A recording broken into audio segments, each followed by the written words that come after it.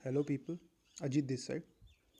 आप लोगों ने चैनल का डिस्क्रिप्शन में मेरी इंट्रोडक्शन देख ली होगी, तो उसको यहाँ पे रिपीट करने का कोई फ़ायदा नहीं है। और ज़्यादा टाइम वेस्ट ना हो तो मैं इस वीडियो को काफ़ी शॉर्ट रखूँगा, ताकि ये जस्ट एक इंट्रोडक्टरी वीडियो रहे। और अभी बस एक स्टार्टिंग पॉइंट, कुछ एक इम्पॉर्टेंट इश्यूज़ हम डिस्कस कर लेंगे इसके रिगार्डिंग, जो मेरे पास अक्सर लोग पूछते हैं रिगार्ड माई स्ट्रेटजी वगैरह। तो बेसिक इंट्रोडक्शन में मैं बस इतना बता देता हूँ कि मैंने 4 मेंस लिखे हैं। और मेरा 2016 प्रीलिम्स में 126 स्कोर था। 2017 प्रीलिम्स में मेरा 112 समथिंग स्कोर था। 2018 प्री मेरा 95.66 था, जो मेरा 2.66 से रहा था। 2019 प्री के अंदर मेरा स्कोर 115-16 था। और 2020 प्री में I am getting around 130 plus. So this is the basic introduction की प्रीलिम्स में मेरे काफ़ी रहा है, बस एक 2018 को छोड़ के। बिकॉज इसके अंदर मैं आपको बाद में बताऊंगा कि क्या मिस्टेक की। बिकॉज देखो, हम मिस्टेक्स करते हैं और उससे ही सीखते हैं, ठीक है। और यहाँ का एजेंडा सिर्फ इतना ही है, जो मैंने इतने अटैम्प्ट्स में सीखा है वो किसी वे में लोगों तक पहुँचाना, जस्ट ये एजेंडा है, ठीक है। और हम कुछ ना कुछ तो सीखते ही हैं ना। कोई भी हम एग्ज़ामिनेशन की प्रिपरेशन करते हैं तो कुछ एक अल्टीमेट चीज़ दिमाग में रहती है कि हाँ, this is the theme of the examination. तो उसको मैं डिस्कस करूँगा ताकि कुछ लोगों को हेल्प हो सके, ठीक है। ये अभी ऐसा नहीं होगी वीडियो कि बिल्कुल ही स्टार्टिंग पॉइंट से मैं बता दूँ। हाँ, अगर किसी को वो स्टार्टिंग पॉइंट से जानना है तो मैं बाद में वीडियोज़ ला सकता हूँ। तो ये वीडियो जो होगी वो जस्ट एक इंट्रोडक्टरी टाइप होगी उन लोगों के लिए जिन्होंने कुछ प्रिपरेशन की है, या जस्ट एक मिडिल पॉइंट पे है, या फिर वो कुछ चाहते हैं कि कुछ उनको ऐसा पता चल जाए कि हाँ, ये करने से हो जाएगा या ये नहीं करने से नहीं होगा, या समथिंग, कुछ हेल्प के लिए, ठीक है। तो उसके लिए पर्टिकुलर वीडियो है, ठीक है। तो एक चीज़ मैं बता देता हूँ कि जो इस वीडियो में रहने वाला है वो ये रहने वाला है। सबसे पहले तो आपको ये चैनल का नाम पता होगा, इक्वेशन यूपीएससी, ठीक है। इक्वेशन यूपीएससी मैंने इसको इसलिए रखा है बिकॉज़ हमको ये पता ही नहीं है ज़्यादातर स्टार्ट करने से पहले कि कौन कौन से वेरिएबल्स हैं जो इस जर्नी में आपको देखने पड़ेंगे, एनालाइज करने पड़ेंगे, ठीक है। सी, ये वेरिएबल्स हैं एक्सेट्रा, मतलब 5-6 जितने भी वेरिएबल्स हैं, उनमें से कुछ वेरिएबल, देखो, दो टाइप के वेरिएबल होते हैं। फर्स्ट वेरिएबल जिसको पे ऊपर आपका कोई कुछ नहीं चल सकता, मतलब जस्ट वो हैं। कुछ वेरिएबल्स ऐसे हैं जो आपकी मेहनत, आपकी स्ट्रेटजी, आपका जो तैयारी करने का तरीका, आपकी अप्रोच, उससे ये चेंज हो जाएगा, ठीक है।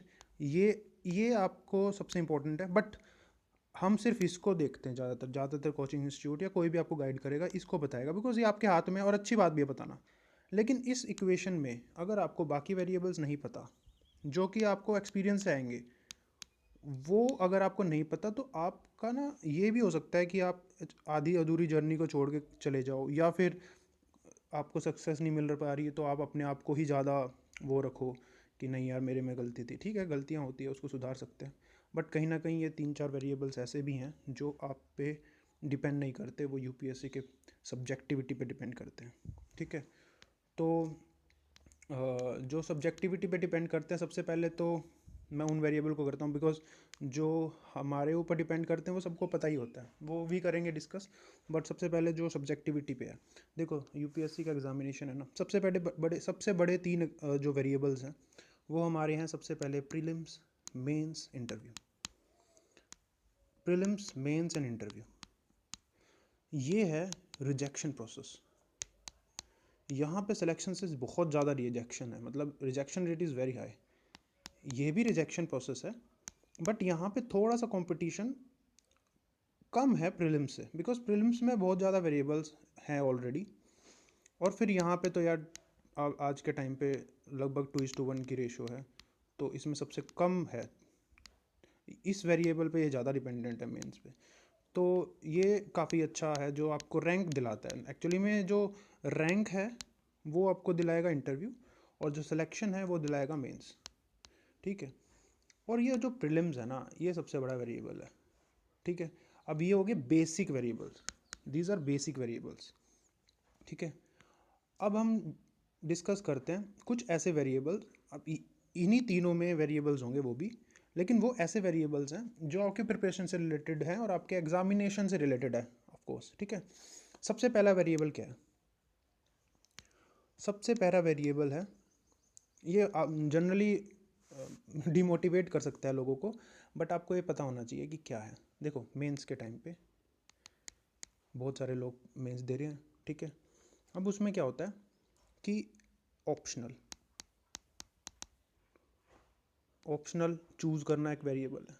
सेकंड, देखो राइटिंग ख़राब आ सकती है बिकॉज मैं थोड़ा सा, मेरे पास जो भी गैजेट अवेलेबल है वो इतना सोफिस्टिकेटेड नहीं है, बट फिर भी ठीक है, काम चलाना है अपने को। तो जो ऑप्शनल है वो वेरिएबल है, वो वेरिएबल जो है उसको वेरिएबिलिटी जो चल रही है चीज़ों की, उसमें बहुत मेन रोल प्ले करता है, ठीक है। उसके बाद मान लो, ठीक है, आपका ऑप्शनल भी बहुत अच्छा है, आपका जीएस भी बहुत अच्छे से आपका प्रिपरेशन कर लिया आपने, ठीक है। सेकंड वेरिएबल जो प्ले करता है वो होता है, देखो ऑप्शनल का क्या वेरिएबल कि कैसा पेपर आ जाए।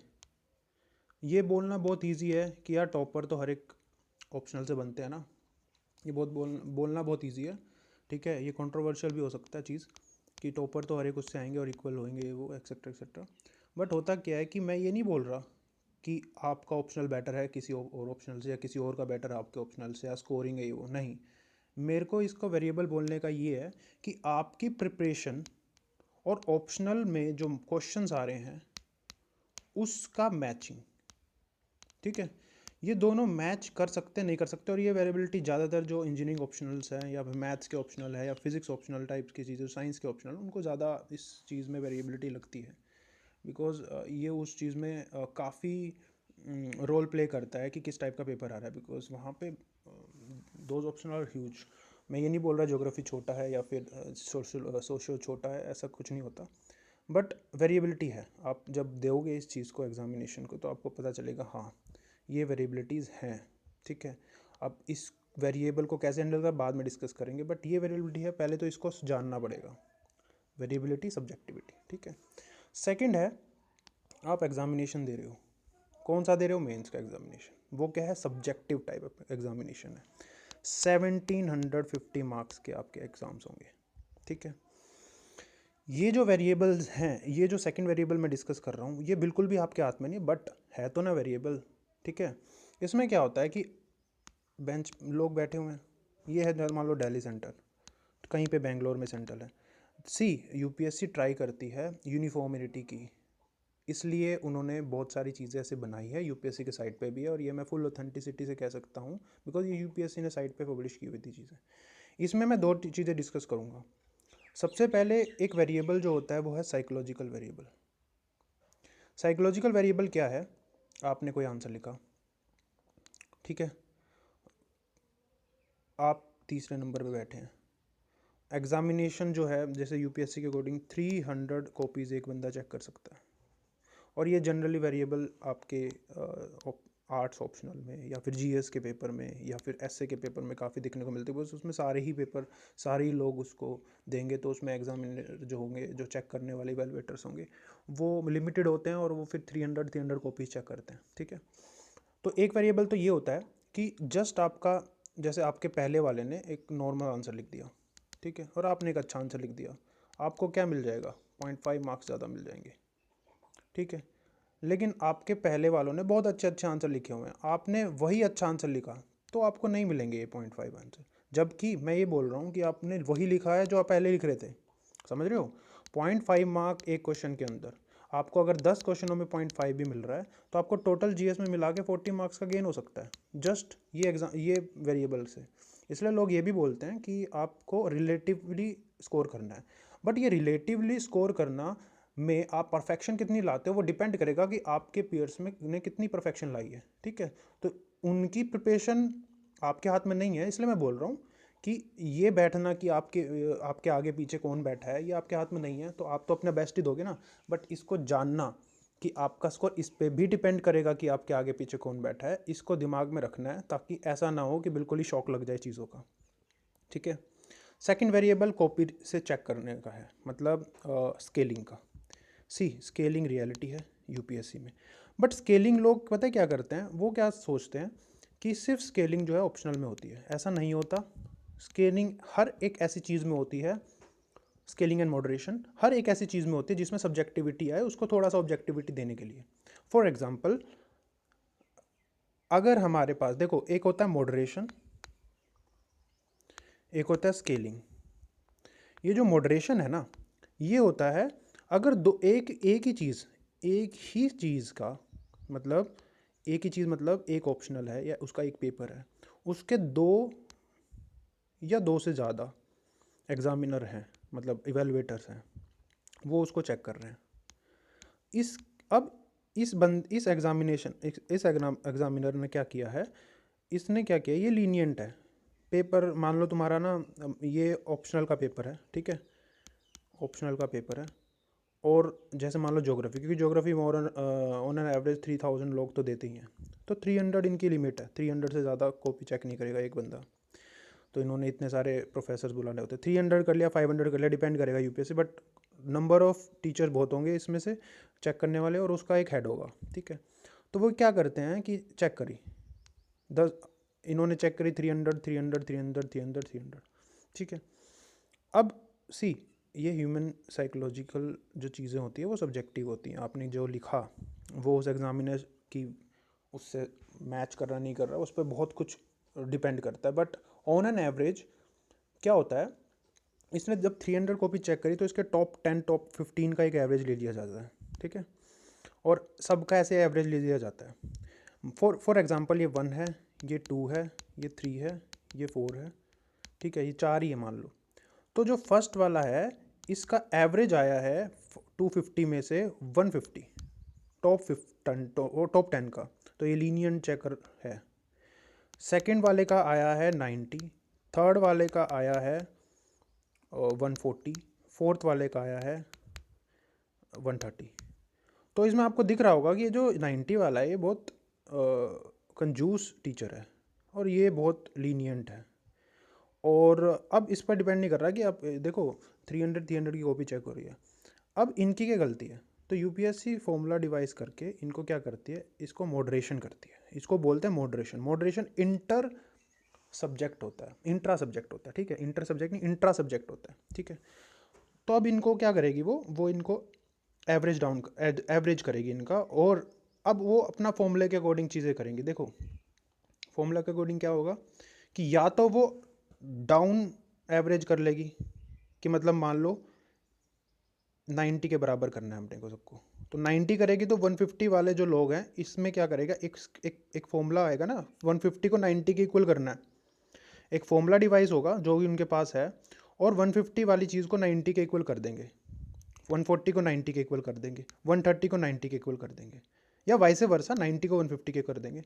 अब इसमें क्या होता है, जो 150 वाला बंदा है उसको 90 हो गया, जिसके 90 ही थे तो उसके पता नहीं कितने जाएंगे, और वो एक फॉर्मूला, जो स्टैटिस्टिशियन जो होते हैं वो जानते हैं कि किस हिसाब से कितने एवरेज वेवरेज और जो स्टैंडर्ड डेविएशंस को यूज़ करके हम यूज़ करते हैं चीज़ें। तो होता क्या है कि आपके फॉर एग्जांपल रो स्कोर जो था वो 120 था, और आपका जो रो स्कोर है वो आया था एक एग्जामिनर के उसमें जिसने बहुत लीनियंट मार्किंग की थी, तो आपके डाउन हो जाएगा स्कोर, ठीक है।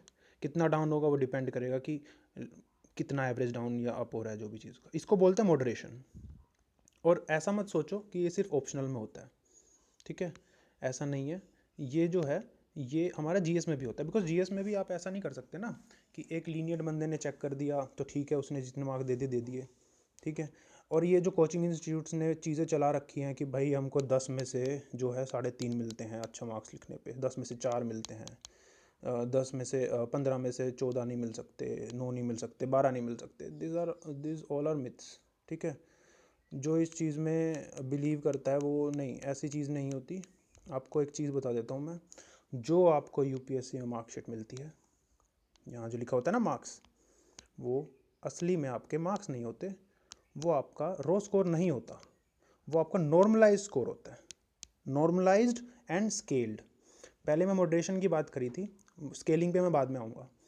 मॉडरेशन में क्या होता है, जैसे मान लो जीएस, अब की बार 4 का एग्जांपल ले लेते हैं।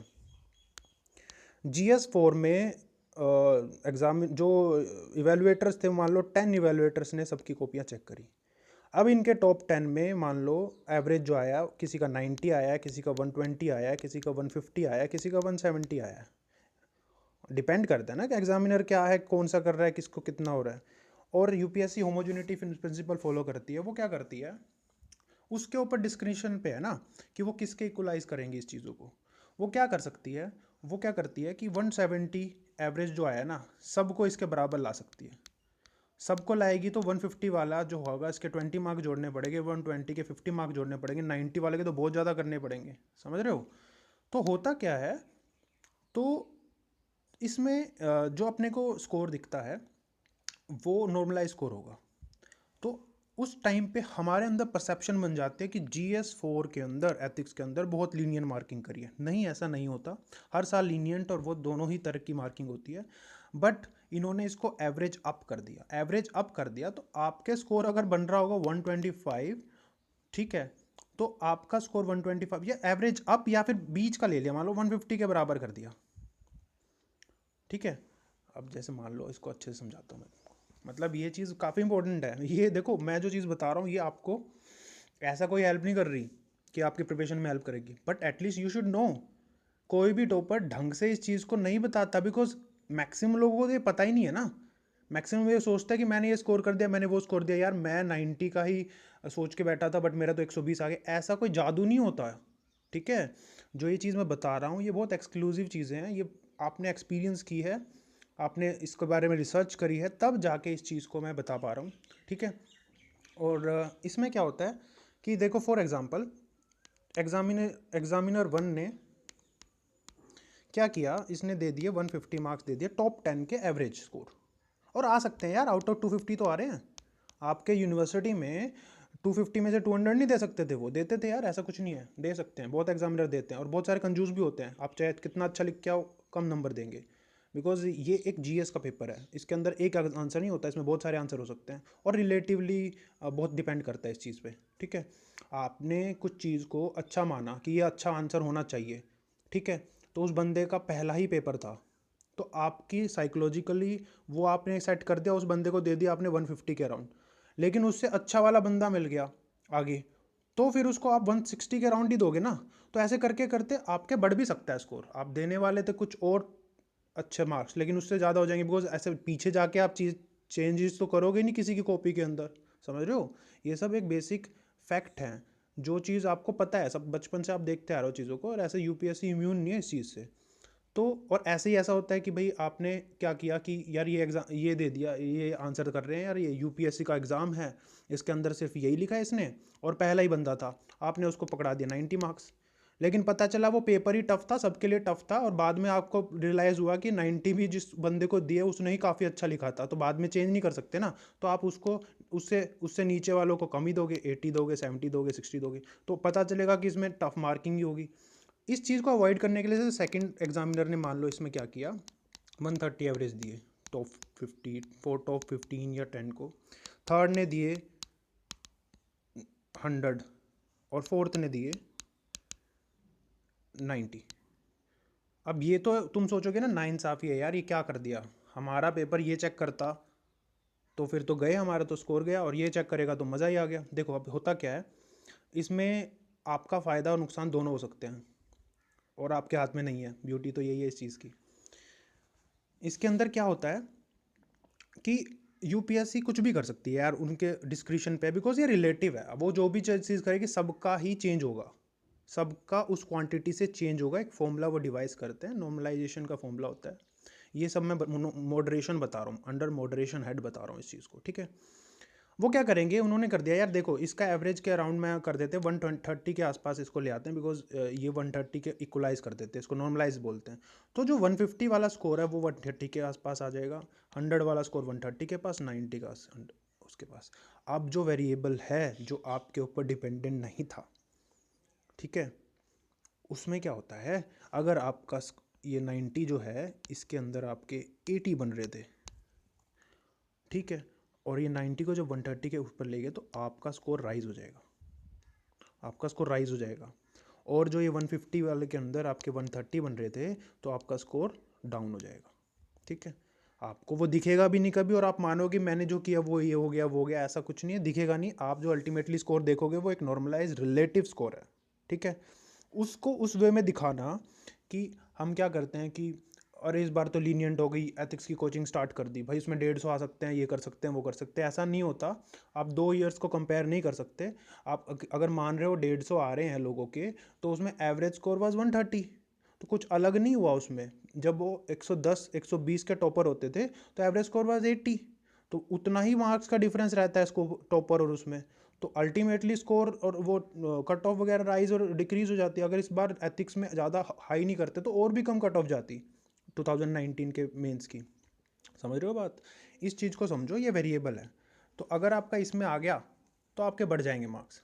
और ये मैं एक्सपीरियंस से बोल रहा हूँ, फुल एक्सपीरियंस है इस चीज़ का, कि कभी कभी आपको क्या होगा आपकी जर्नी के अंदर, आपको आपने प्रीवियस ईयर दिया, आपने कुछ अटैम्प्ट करके आए हो और आपने कैलकुलेशन की यार मेरे ना 90 के राउंड आने चाहिए बिकॉज मैंने ऐसे ऐसे किया है, और वो आ जाएंगे 125। आपको लगेगा यार यूपीएससी जो बिल्कुल हलवा है और इसमें तो मैं स्कोर कर सकता हूँ, जो मैं 90 स्कोर सोच रहा था और 125 आ गए, बहुत ही सही है, ये है वो है, ठीक है। नेक्स्ट ईयर जब आप सोचोगे ना 125 को इमेजिन करके कि यार मेरे 125 ऐसा करने पे आए थे, तो आपके ये एंड हो सकते हैं 60s की लाइन में या 70s की लाइन में। आप इसको कंपेयर नहीं कर सकते ईयर और ईयर वाइज, और ये बिल्कुल फैक्ट है इस चीज़ का। होता क्या है कि आपका ये 90 से 125 इसलिए हो गया बिकॉज आपका इस सेट में पड़ा था, इस सेट में इंक्रीज हो गया। अब देखो इसमें फ़ायदा किसका, फ़ायदा इनका नहीं है जो बिल्कुल उस वाले सेट में चले गए जिसने लीनियट किया। फ़ायदा इन लोगों का थोड़ा सा ज़्यादा है बिकॉज देखो जब हम डाउनवर्ड की तरफ जाते हैं ना स्कोर में, आपको शेयर्स के बारे में पता ही होगा। सी अगर हम 125 बोलते हैं, 125 बोलते हैं आउट ऑफ 250, तो ये 50% है, ठीक है। और अगर हम 90 करते हैं तो ये परसेंटेज है कुछ। जैसे हम इससे नीचे जाएंगे परसेंटेज में ज़्यादा चेंजेस नहीं होंगे, मतलब ज़्यादा चेंजेस हो जाएंगे। इसलिए क्या होता है कि ये 90 से नीचे बहुत कम जा पाते हैं चीज़ें। कुछ ना कुछ लिखे है ना, आपको 3 नंबर तो देगा यार 10 में से, ज़्यादातर तो ऐसे ही चांस होते हैं। लेकिन अगर आपको इंक्रीज़ करना है 6 से ऊपर तो कम चांसेस होते हैं, चाहे आप कितना अच्छा लगते हो। समझ रहे हो ना? तो उसमें क्या होता है कि इस वाले को थोड़ा सा घाटा ज़्यादा होता है, इस वाले को फ़ायदा ज़्यादा होता है। तो ये अपने हाथ में नहीं है, बट इस चीज़ को समझो, इस चीज़ को इसलिए समझो बिकॉज आपको फैक्ट पता होना चाहिए अब जब किसी चीज़ का प्रिपेयर कर रहे हो कि क्या क्या वेरिएबल है इसके अंदर, ठीक है। अब सेकंड चीज़ आती है मॉडरेशन के बाद आती है स्केलिंग। स्केलिंग क्या होती है? स्केलिंग होती है इंटर ऑप्शनल, बिकॉज इसमें क्या है कि दो अलग अलग ही पेपर हैं लोगों के, उस चीज़ में हम स्केलिंग करेंगे, ठीक है। किसी का इंजीनियरिंग ऑप्शनल है, साइंस ऑप्शनल है, आर्ट्स ऑप्शनल है, इजी टफ कुछ भी आ सकता है, ठीक है। अब इसमें क्या हुआ उसका, देखो मान लो ज्योग्राफी ऑप्शनल है, इसमें एग्जामिनर 1 2 3 और 4 ने डिफरेंट डिफरेंट दिए थे। इसका हमने क्या किया, एक नॉर्मलाइज मॉडरेटेड स्कोर बना दिया M1। फिर या सोशोलॉजी, इंजीनियरिंग ऑप्शनल का मैकेनिकल समझ लो, इलेक्ट्रिकल समझ लो, ऐसे इन्हीं में भी वो होंगे, क्या नाम है, एग्जामिनर होंगे। इसका एक M2 हो गया, इसका M3 हो गया नॉर्मलाइज स्कोर, इसका M4 हो गया। इसमें पता चला कि जो टॉप 10 के जो वो एवरेज है वो 310 है। इसमें पता चला कि टॉप 10 के जो स्कोर है वो 280 है। इसमें पता चला टॉप 10 का स्कोर जो है वो 310 है। और इसमें पता चला टॉप 10 का जो स्कोर है वो ओनली 250 है, ठीक है।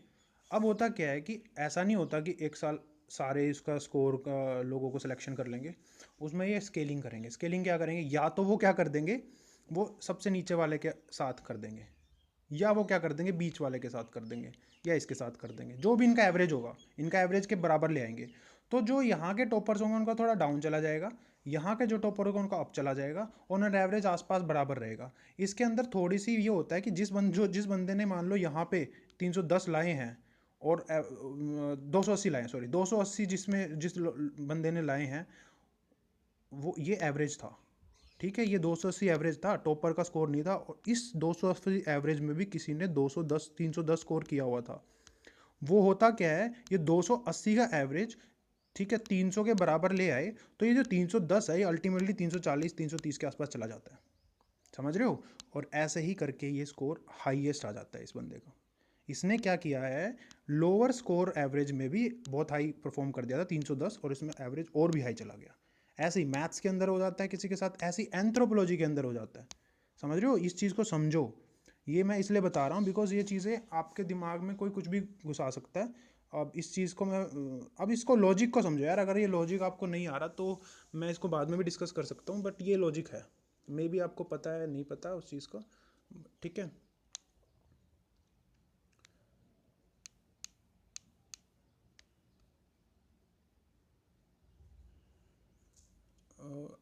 कुछ इसके अंदर इशू हो चुका है, एक सेकेंड।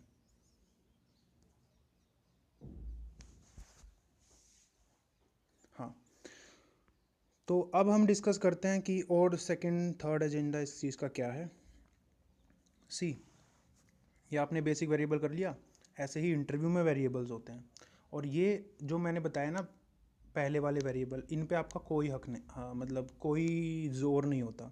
जो सेकंड वेरिएबल जो हैं, इन पे आपका ज़ोर है।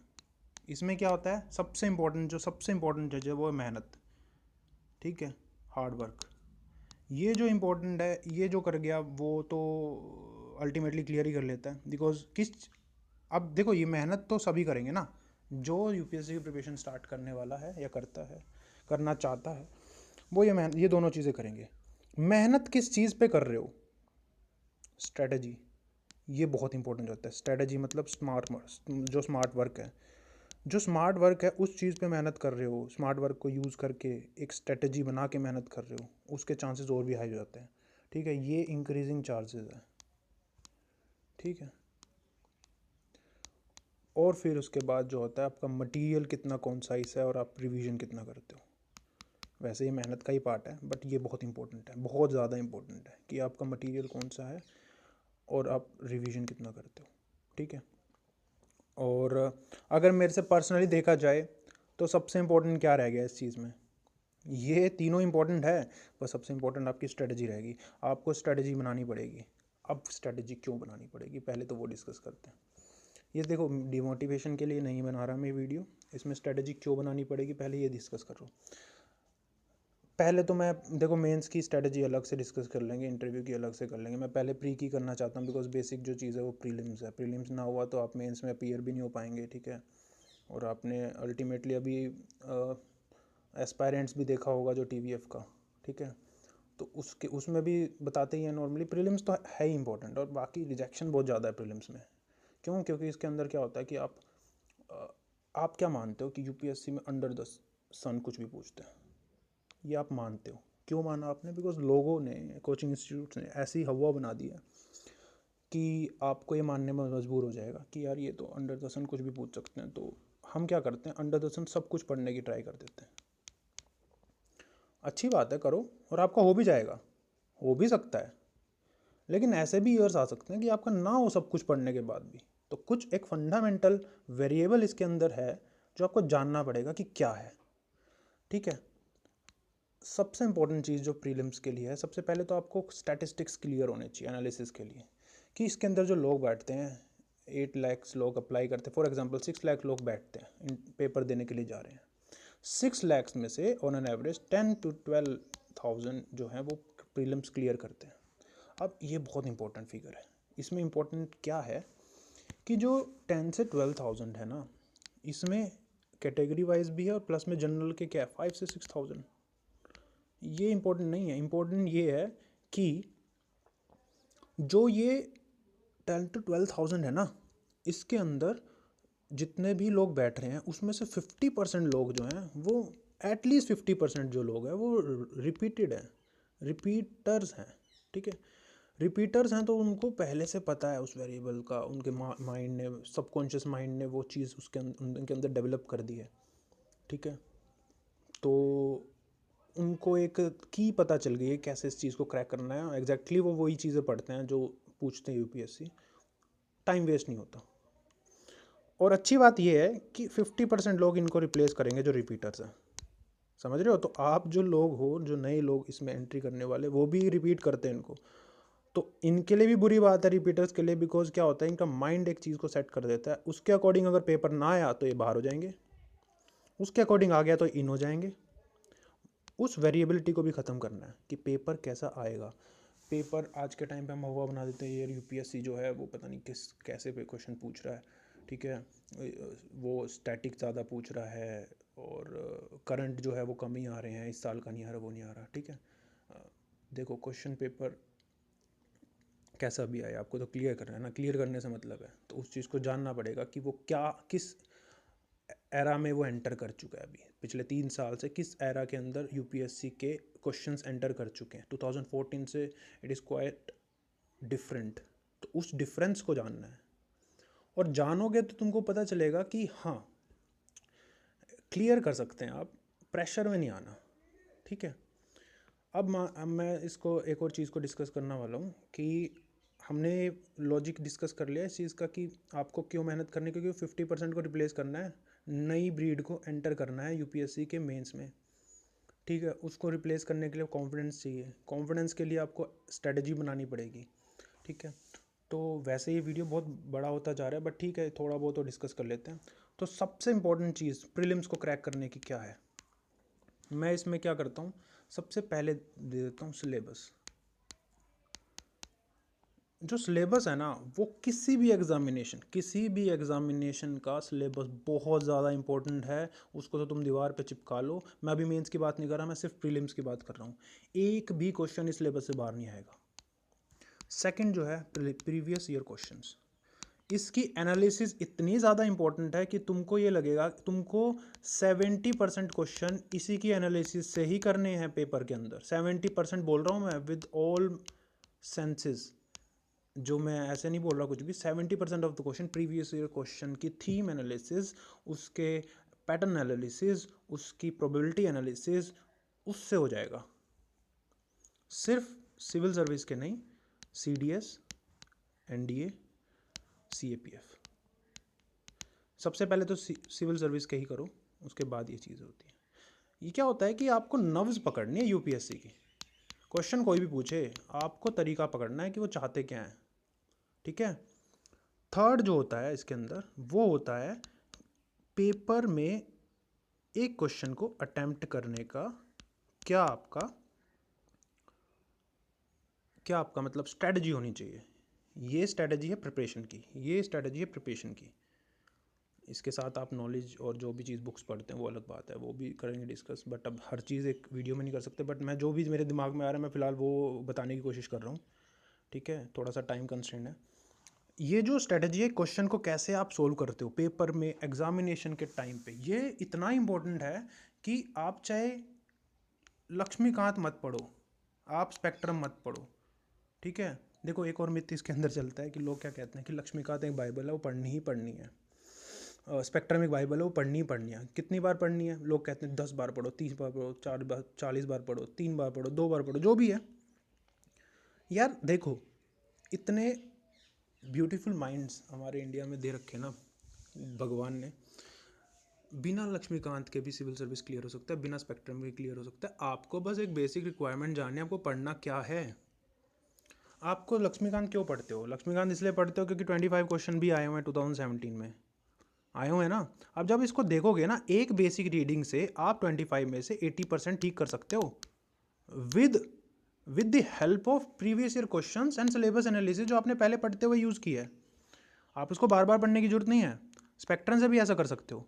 इसमें से जो चीज़ आपको बार बार पढ़ने के लिए ठीक करनी है ना, कि मान लो आपको 10 बार कोई चीज़ पढ़नी पड़ रही है और वो ठीक हो रहे हैं, उसका आरओआई बहुत कम है। मतलब वो 4 या 5 क्वेश्चन आप एक्स्ट्रा ठीक कर दोगे, ठीक है आज के टाइम पे कंपटीशन बहुत ज़्यादा है, बट ठीक है ना, इतना अफोर्ड कर सकते हो। आप कुछ और पढ़ रहे होगे जब ये नहीं पढ़ रहे होगे, आप एनवायरनमेंट पढ़ रहे होगे, कुछ और पढ़ रहे होगे, अपनी स्ट्रैटेजी बना रहे होगे, प्रैक्टिस कर रहे होगे पेपर को। तो ये चीज़ को आप ऐसा नहीं बोल रहा मैं। देखो एक चीज़ एक और है कि रिचुअल्स मार्केट में फॉलो होते हैं ना, इन रिचुअल्स को मत, जो रिचुअल्स हैं मैं इसको रिचुअल बोलता हूँ। हर साल का कोई एक रिचुअल है कि हमको क्या करना है, एनसीईआरटीज़ पढ़नी है, ठीक है, हमको क्या करना है, लक्ष्मीकांत पढ़नी है, स्पेक्ट्रम पढ़नी है, ठीक है। ये सब चीज़ें पढ़ो यार, अच्छी बात है, पढ़ो, कोई मना नहीं कर रहा। सारे लोग पढ़ते हैं ना, सबका क्लियर होता है, नहीं होता ना। इसको पढ़ने के बाद स्ट्रेटजी बनानी पड़ती है, और मैं ये भी बोल रहा हूँ कि स्ट्रेटजी इतनी इंपॉर्टेंट है, अगर आप ये ना पढ़ो लेकिन कहीं ना कहीं से पढ़ा है ना आपने, नॉलेज आपको होनी चाहिए, कहाँ से होनी चाहिए वो मतलब नहीं है, कहीं ना कहीं से कुछ ना कुछ पढ़ा है, आपके पास टॉपिक है मेजोरिटी का, स्पेशल मेजोरिटी क्या है, और पार्लियामेंट के जो टॉपिक्स हैं उनका टॉपिक्स है, वो आप गूगल सर्च करके पढ़ लो। ये चीज़ें एक जगह दे रखी है इसलिए अच्छा है, सब बोल देते हैं। एनसीईआरटी बेसिक है, बेसिक से स्टार्ट करके तो काफ़ी अच्छा है, आपको इंटरव्यू में हेल्प करेगा, मैथ्स में हेल्प करेगा। ये चीज़ें इसलिए सब लोग बोल देते हैं। बट इसको ऐसा मत बनाओ कि तुम पूरे साल यही चीज़ें पढ़े जा रहे हो, मतलब ये चीज़ें ख़त्म नहीं हो रही तो तुम ख़त्म ही नहीं कर रहे अपनी प्रिपरेशन को और लगे ही जा रहे हो इस चीज़ को पढ़ने में। ठीक है भाई, आपको एग्जामिनेशन निकालना है, ठीक है, आपको ये नहीं करना है इसके अंदर पीएचडी करनी है, आपको एक बेसिक रीडिंग लेनी है। यूपीएससी का एग्ज़ाम है, बेसिक रीडिंग तो होनी चाहिए हर चीज़ की। वो ऐसा नहीं है कि जस्ट पेपर से पहले आप पढ़ रहे हो, एक बेसिक अंडरस्टैंडिंग, बेसिक रीडिंग होनी चाहिए, बट ऐसा नहीं है कि वो लगातार आप उसी को पढ़ते जा रहे हो। सबसे बड़ी गलती तो हम यही करते हैं, 80% ऑफ द टाइम हम क्या कर देते हैं, 80% ऑफ द टाइम हम उसको क्या नाम है, 80% ऑफ द टाइम हम क्या करते हैं उसको, जो स्किप हो गया दिमाग से, हम क्या करते हैं 80% of the time polity, history and geography को दे देते हैं। अगर आप पेपर देखोगे ना, आपने जो ये टाइम दिया क्या वो सही दिया है? लोग बोलेंगे देखो हम क्या करते हैं कि इसको पढ़ के हम कम से कम वो वेरिएबिलिटी को डिक्रीज़ कर सकते हैं जो आज के टाइम पे यूपीएससी में आ रही है, ये वो ब्ला ब्ला। आप एक काम करो, इनको बुक्स पढ़ने से बेटर है आप प्रीवियस ईयर कर लोगे ना, उसकी थीम के अकॉर्डिंग पढ़ोगे तो आप जो 80% टाइम दे रहे हो ना, वो सिर्फ 30% देने से ही आपके वो क्वेश्चंस ठीक हो जाएंगे, ये गारंटी दे रहा हूँ मैं इस चीज़ की। आपको स्ट्रेटेजी से चीज़ें पढ़नी है, उनको ज़्यादा टाइम लगाना है जो ज़्यादा वेरिएबल्स हैं। और आपने अगर ये चीज़ें पढ़ ली ना यार, अच्छी बात है ना, ये चीज़ें पढ़ो, अगर आप ये चीज़ें पढ़ चुके हो तो बहुत अच्छी बात है, लेकिन सिर्फ इनसे क्लियर नहीं होगा, तो आपको स्ट्रेटजी बनानी पड़ेगी। ठीक है, जो मैंने थर्ड पॉइंट बताया था ना, थर्ड पॉइंट था कि पेपर के टाइम पे आपको क्वेश्चन को कैसे अटेम्प्ट करना है। मैं चाहता हूँ इसको मैं आने वाले टाइम में यार बता दूँ कि एक पेपर सोल्व करके यूपीएससी 2020 का, कि कैसे उसको मैंने अप्रोच किया था। ठीक है, इसके अंदर देखो क्या होता है कि तीन लेयर तो मिनिमम है, बल्कि इसको 4 या 5 लेयर में आप क्वेश्चन को करो। ठीक है, ये प्रैक्टिस कहाँ करना है, प्रीवियस ईयर क्वेश्चन में। मैं बताऊंगा इसको क्या कैसे, मतलब अगर मैंने कुछ इसको मेरे पास पढ़ा होगा तो मैं शेयर करूंगा इस चीज़ को। लेकिन मैं अभी ये बोलना चाहता हूँ कि जब आप क्वेश्चन को पढ़ रहे हो ना, उसको 3 या 4 लेयर में करना है। सबसे बेसिक जो आपकी लेयर है वो होती है आपकी नॉलेज। ठीक है, जो नॉलेज है सबसे बेसिक लेयर है। और हम क्या करते हैं मैक्सिमम लोग 90% तो लोग जो क्या करते हैं, वो इस नॉलेज के बेस पे ही आंसर करना चाहते हैं हर टाइम। वो ठीक भी हो जाता है और मैक्सिमम टाइम क्या होता है वो गलत हो जाता है, बिकॉज जो यूपीएससी है ना, वो ऐसे ऐसे क्वेश्चन पूछ रही है आज के टाइम पे, वैसे भी नॉर्मली वो एक्सेप्शंस पूछती है। और जनरली हम क्या करते हैं पढ़ते टाइम एक्सेप्शंस पे ज़्यादा गौर नहीं करते हैं, बिकॉज हम फर्स्ट टाइम पढ़ रहे हैं, हम नॉलेज पे गौर करते हैं, हम अपनी नॉलेज पे इतना यकीन कर लेते हैं कि कुछ और उन्होंने ओनली यूज़ कर दिया ना, हम बह जाते हैं और उसको आंसर कर देते हैं। समझ रहे हो? तो नॉलेज वाला एक बेसिक लेयर है जो सब लोग फॉलो करते हैं, अच्छी बात है फॉलो करो, और ये सबसे बेस्ट लेयर है। नॉलेज है तो आप कर सकते हो आंसर किसी भी चीज़ को, लेकिन सिर्फ यही रिक्वायरमेंट नहीं है, बिकॉज आज के टाइम में मैंने बताया कि लोग रिपीट भी कर रहे हैं, 3 3 अटैम्प्ट 4 4 अटैम्प्ट वाले लोग भी दे रहे हैं, तो उनके पास भी नॉलेज है, आपके पास भी है, तो कुछ अलग करना पड़ेगा ना। तो अलग करना है तो आपको 4 या 5 लेयर के अंदर क्वेश्चन को पढ़ना है, और ये इतना फटाफट होना चाहिए क्योंकि टाइम भी है, टाइम भी कंस्टेंट है, 2 घंटे के अंदर पेपर करना है। और मैं ये नहीं बोल रहा इसमें बहुत ज़्यादा टाइम लगेगा, आपको नॉलेज यूज़ करनी है, बट आंसर टिक करने से पहले ये 3 लेयर को भी एक्सप्लोर करना है। जो ये 3 लेयर हैं, इसमें सेकंड लेयर जो आती है वो आती है एलिमिनेशन, थर्ड लेयर आती है प्रोबेबिलिटी। प्रोबेबिलिटी किस पे बेस पे, पैटर्न पे। पैटर्न क्या, ऑप्शंस का ना पैटर्न होता है एक, सबसे जो वो होता है ना, क्या नाम है, बेसिक पैटर्न वो होता है कि ए ऑप्शन में 1 ओनली, बी ऑप्शन में 2 एंड 3, सी ऑप्शन में 1 एंड 3, डी ऑप्शन में ऑल। ये सबसे बेसिक है, और ऐसे ऐसे 4 पैटर्न तो आप यूपीएससी के बिल्कुल पैट कर सकते हो, उसके अकॉर्डिंग अलावा भी होते हैं पर 4 होते हैं। ये ऐसा नहीं है कि हवा में बना दिया यूपीएससी ने, इसके पीछे फिलॉसफी है, जो पीछे जो फिफ्थ आपकी लेयर है फिलॉसफी ऑफ द क्वेश्चन है। मैं आपको डिटेल में शायद बाद वाली वीडियो में दूंगा। जो फिफ्थ लेयर है उसको बताता हूँ क्या होता है। जो भी कोई भी क्वेश्चन होता है ना, जो स्टेटमेंट वाले क्वेश्चन है, फर्स्ट उसके पीछे मैंने क्या जैसे पैटर्न होता है ना, फर्स्ट सेकंड एंड थर्ड, ज़्यादातर पैटर्न ये होता है, a one only, b two and three, c one को फिर से लाएंगे, one and three, d all. ये एक बेसिक है, जस्ट एक एग्जांपल मैं दे रहा हूँ। सी फिलोसफी कैसे वर्क करती है। फिलोसफी ये जो क्वेश्चन पेपर हम बना, जैसे हम किसी इंस्टीट्यूट का नाम में लेना नहीं चाहूँगा। इंस्टीट्यूट में क्या होता है, स्टूडेंट्स पेपर बनाते हैं, जो स्टूडेंट रह चुके हैं। वो क्या करते हैं, वो डबल ट्रिपल सोचते हैं कि जैसे यूपीएससी सोचे कि मैं इसको ऐसे बना दूंगा, फिर लोग इसको गलत करेंगे, फिर वो जानेंगे नॉलेज को ये। और हमारा माइंड ना वो डबल ट्रिपल सोचने में ज़्यादा चला जाता है। और जब भी जितने लोग जितना प्रैक्टिस करते हैं, अगर देखो नॉलेज, अगर आप कोई टेस्ट सीरीज़ यूज़ कर रहे हो, उसमें आपको नॉलेज होएगी, ठीक है, वो नॉलेज होएगी, उससे आपको यूज़ करोगे तो आपका सिलेक्शन होने के चांसेस बढ़ेंगे। बट एक उसके अंदर नेगेटिव फ्री में आती है एक चीज़। वो नेगेटिव फ्री में क्या है, आपका सबकॉन्शियस माइंड, वो जो लोग सोच रहे थे ना, जो स्टूडेंट्स सोच रहे थे, जो आज के टाइम पर रोज द हिंदू पढ़ रहे हैं और पॉलिटी लक्ष्मीकांत पढ़ रहे हैं, वो जो पेपर बना रहे हैं उनके, और एक जर्नलिस्ट बंदा, एक प्रोफेसर वाला बंदा, जो यूपीएससी के पैनल वाला बंदा, उनमें डिफरेंस होगा। उसमें डिफरेंस ये होगा, वो बंदा रोज लक्ष्मीकांत नहीं पढ़ रहा, वो बंदा लोग हिंदू नहीं पढ़ रहा, क्या पता टाइम्स ऑफ इंडिया पढ़ रहा हो, वो बंदा एक जर्नलिस्ट होगा। वो एक ही बार ट्वीक करना चाहेगा। ये जो बंदा है, जो आप हम बनाते हैं पेपर जो टेस्ट सीरीज में, वो दो तीन ट्वीक करके देते हैं चीज़ों को। होता क्या है कि ठीक है आपकी नॉलेज बढ़ रही है, लेकिन आपका माइंड, सब क्वेश्चन माइंड कैच कर लेता है उस चीज़ को कि यार ये भी गलत हो सकता है, वो भी, तो हम गलत करने के उसमें चले जाते हैं। और हम क्या करते हैं, नॉलेज होते हुए भी इन क्वेश्चंस में नेगेटिव मार्किंग ले लेते हैं। ठीक है, ये बहुत इंपॉर्टेंट है, इसको समझने में बहुत टाइम लग जाएगा आपका, आपके अटैम्प्ट्स भी वेस्ट हो सकते हैं। आपको एक बेसिक स्ट्रेटेजी जो बनानी है ना, ऐसी वाली पैटर्न की और आपके एलिमिनेशन टेक्निक्स की, वो सिर्फ प्रीवियस ईयर ऑफ यूपीएससी पे ही बेस्ड होना चाहिए, बिकॉज वो एक सिंपल एक सिंगल लेयर पे ही काम करते हैं।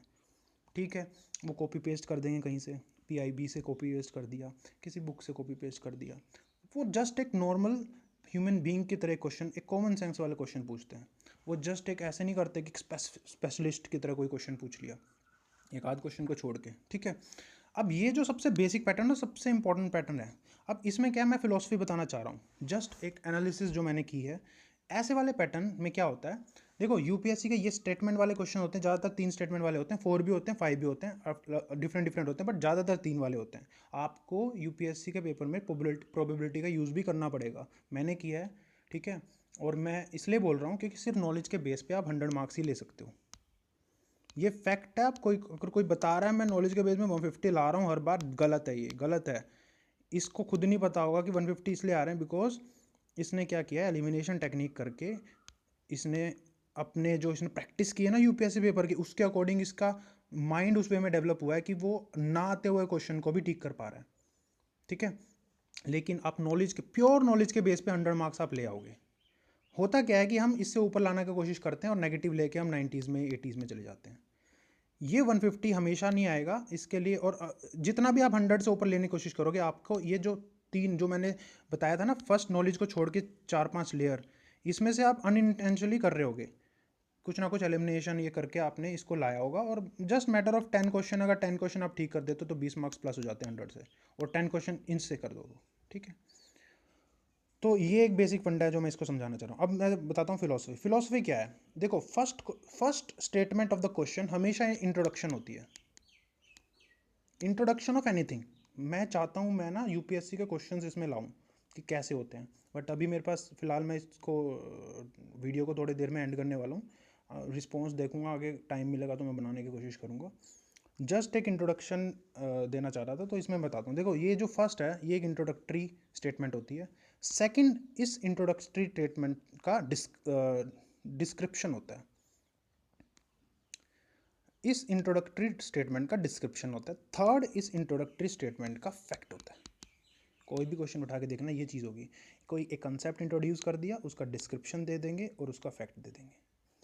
अब तुम जब प्रीवियस ईयर में जाओ, और जब ऑप्शंस होते हैं ना, कभी भी देख लेना आप ना, ये जो डिफरेंट डिफरेंट इंस्टीट्यूट के क्वेश्चन देखते हैं, तो उसमें क्या होता है, ए ऑप्शन में वो टू ओनली से भी स्टार्ट कर देते हैं। ये कभी भी नहीं होगा यूपीएससी में, कभी भी नहीं होगा। मैं बताऊंगा, इसके पीछे लॉजिक है। हमेशा ए ऑप्शन में 1 तो होगा ही। 1 एंड 2 भी हो सकता है, 1 एंड 3 भी हो सकता है, ऑल भी हो सकता है, क्योंकि 1 तो होगा ही।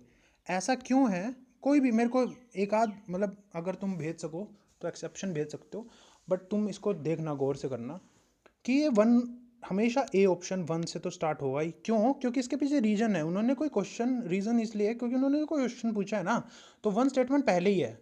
और ए में वो 1 को कुछ ना कुछ तो देंगे। 1 ओनली से स्टार्ट कर सकते हैं, 1 एंड 2 दे सकते हैं, 1 एंड 3 दे सकते हैं, 1 2 3 दे सकते हैं, 1 तो देंगे ही।